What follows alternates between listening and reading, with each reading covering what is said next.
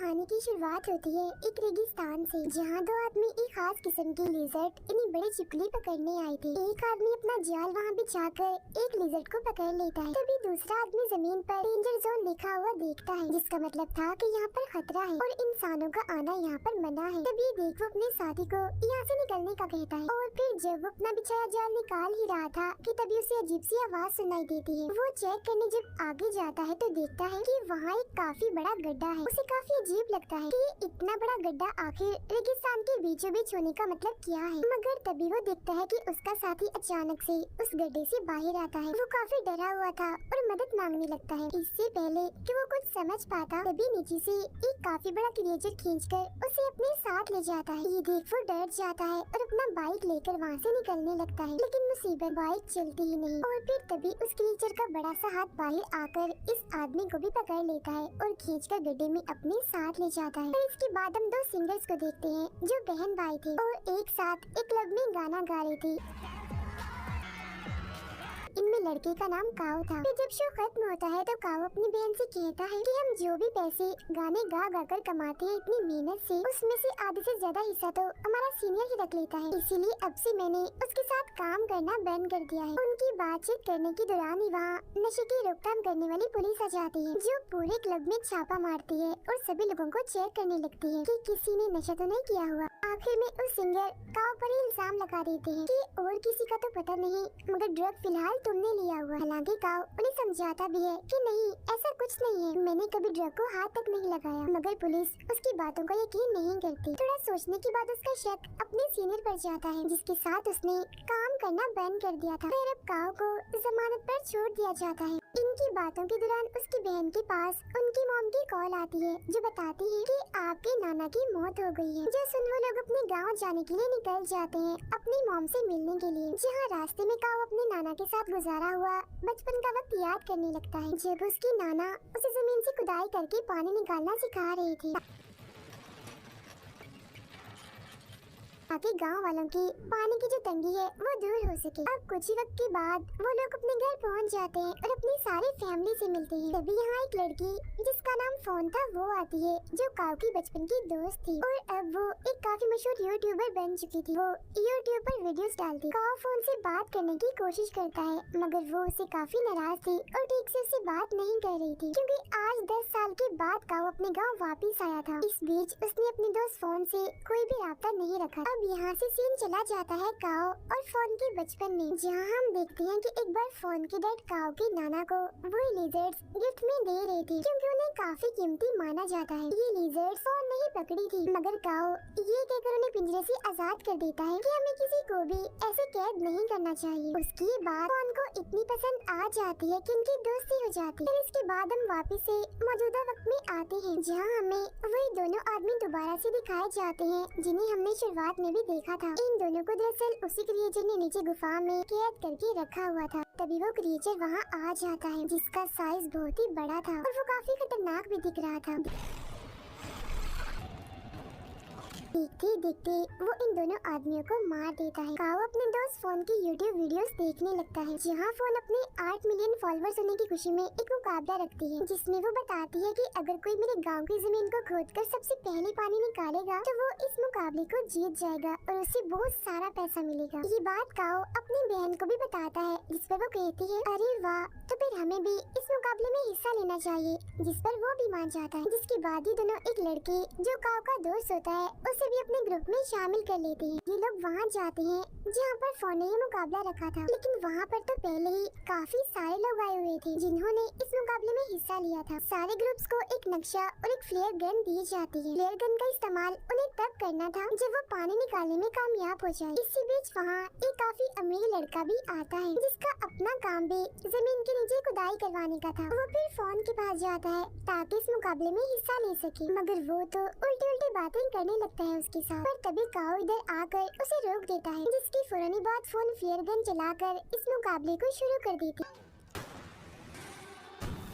ये सभी लोग पानी ढूंढने के लिए अलग अलग जगहों पर जाकर जमीन खोदने लगते हैं। जिस बीच दो आदमियों को शुरुआत वाली उन्हीं दो आदमियों की बाइक मिलती है जो उस क्रिएचर का शिकार बन चुके थे। वो दोनों फिर उस बाइक को लेकर आगे बढ़ते हैं, मगर तभी वो क्रिएचर जमीन चीरते हुए इनके साथ साथ बाइक की स्पीड से दौड़ने लगता है और इनके पीछे पड़ जाता है, जिससे ये लोग डर जाते हैं और अपनी जान बचाने के लिए बाइक घुमा देते हैं। मगर वो क्रिएचर काफी चालाक था। वो इनके रास्ते के आगे एक काफी बड़ा गड्ढा बना देता है, जिससे वो दोनों जाकर उसमें गिर जाते हैं। उधर काओ और उसके साथी पानी ढूंढने के लिए आगे बढ़ रहे थे, मगर तभी उन्हें जमीन पर एक जगह कुछ प्लेट्स दिखती हैं, जिन्हें उल्टा करके रखा हुआ था। सभी प्लेट्स पर मंत्र भी लिखे हुए थे। जो देख काओ की बहन उससे पूछती है कि ये प्लेट्स यहाँ पर ऐसे क्यों रखी हुई हैं, जिस पर वो कहता है कि ये असल में एक काफी पुराना प्राचीन तरीका है पानी ढूंढने का। अगर जमीन के अंदर पानी होगा तो वो प्लेट में जमा होकर उसे अपनी जगह से हटा देगा। उनकी बातचीत के दौरान वहाँ एक दूसरा ग्रुप आता है जो पास ही में खुदाई कर रहे थे, जिनमें से एक आदमी काऊ के ग्रुप से कहता है कि ऐसा माना जाता है कि इस जगह पर एक काफी बड़ा मॉन्स्टर रहता है जो बहुत ही ज्यादा खतरनाक है और उससे बचने के लिए ही इन प्लेट्स को यहाँ पर रखा हुआ है और मंत्र भी इन पर लिखे हुए हैं। उसकी इस बात पर काऊ को जरा भी यकीन नहीं होता, जिसके बाद वो लोग आगे बढ़ते हैं। अब यहाँ शाम हो गई थी। गाड़ी में अपने नाना का एक काफी पुराना नक्शा मिलता है, जिसमें उसकी नाना ने एक पहाड़ के पास निशान बनाया हुआ था। काओ जब उस नक्शे को फोन के दिए हुए नक्शे से मिलाता है तो देखता है कि उस नक्शे में ऐसा कोई भी निशान नहीं है। जो देख ये तीनों समझ जाते हैं कि जरूर इस पहाड़ के पास हमें पानी मिल सकता है, इसीलिए अगले ही दिन ये वहाँ जाने का फैसला करते। शाम होने की वजह से बाकी लोग यहाँ से जा रहे थे, मगर इनमें से 3 लोग रात यहीं गुजारने का फैसला करते हैं। जिनमें से एक आदमी जब साइड पर जाता है तो तभी वो क्रीचर उड़ता हुआ इसके पास आता है और उसका सर ही काट कर जिस्म से अलग कर देता है, जो जाकर उसके साथियों के पास गिरता है, जिसे देख उनके होश उड़ जाते हैं, काफी डर जाते हैं और अपनी जान बचाने के लिए वहाँ से भागने लगते हैं। मगर तभी वो बड़ा सा क्रिएचर इनके सामने आता है। तब यहाँ हमें पता चलता है कि ये क्रिएचर और कोई नहीं बल्कि बिग लिजर्ड है, जिसका साइज इतना बड़ा हो चुका है। वो अब इन दोनों आदमियों को भी मार कर अपना शिकार बना लेता है। फिर अगली सुबह जब फोन को उन तीनों आदमियों के लापता होने की खबर मिलती है तो वो काफी परेशान हो जाती है, इसीलिए वो इस मुकाबले को बैन करने का फैसला करती है। तभी फोन का मैनेजर उस अमीर लड़के को कॉल करके बताता है कि 3 लोग गायब हो गए हैं, इसीलिए फोन इस मुकाबले को बैन करने वाली है। जिस उन अमीर लड़के को काफी गुस्सा आ जाता है, इसीलिए वो कहता है अगर मुकाबला बैन किया तो मुझसे बुरा कोई नहीं होगा, अंजाम तुम जानते ही हो। जिस उन मैनेजर डर जाता है, इसीलिए वो फोन को मनाने जाता है और कहता है कि देखो ये कितनी बुरी बात है, पहले हमने मुकाबला रखा, अब हम इसे बैन कर रहे हैं, तो ये अच्छी बात तो नहीं है, इसीलिए हमें इस मुकाबले को बैन नहीं करना चाहिए। और रही बात उन 3 गायब लोगों की, हो सकता है कि वो खुद ही वापस चले गए हों या फिर किसी और ने उन्हें पकड़ लिया हो, तो हमें इन सब बातों को नजरअंदाज करके अपना मुकाबला जारी रखना चाहिए। हालांकि फोन ऐसा करना तो नहीं चाह रही थी, मगर मैनेजर के काफी कहने पर वो अपना मुकाबला जारी रखती। काओ और उसके साथी नक्शे वाली जगह पर आ जाते हैं, जहाँ उन्हें गुफा मिलती, जिसके अंदर जाने पर इन्हें एक ऐसी दीवार मिलती है जो काफी गीली थी, जिसे देख काओ कहता है कि शायद दीवार के पीछे पानी है, इसीलिए हमें दीवार को तोड़ना चाहिए। ये जगह दरअसल उसी क्रिएचर लिजर्ड का घर है, जो तभी यहाँ आ जाती है और काओ के दोस्त को अपने मुंह में उठा लेती है। जो देख दोनों बहन भाई काफी डर जाते हैं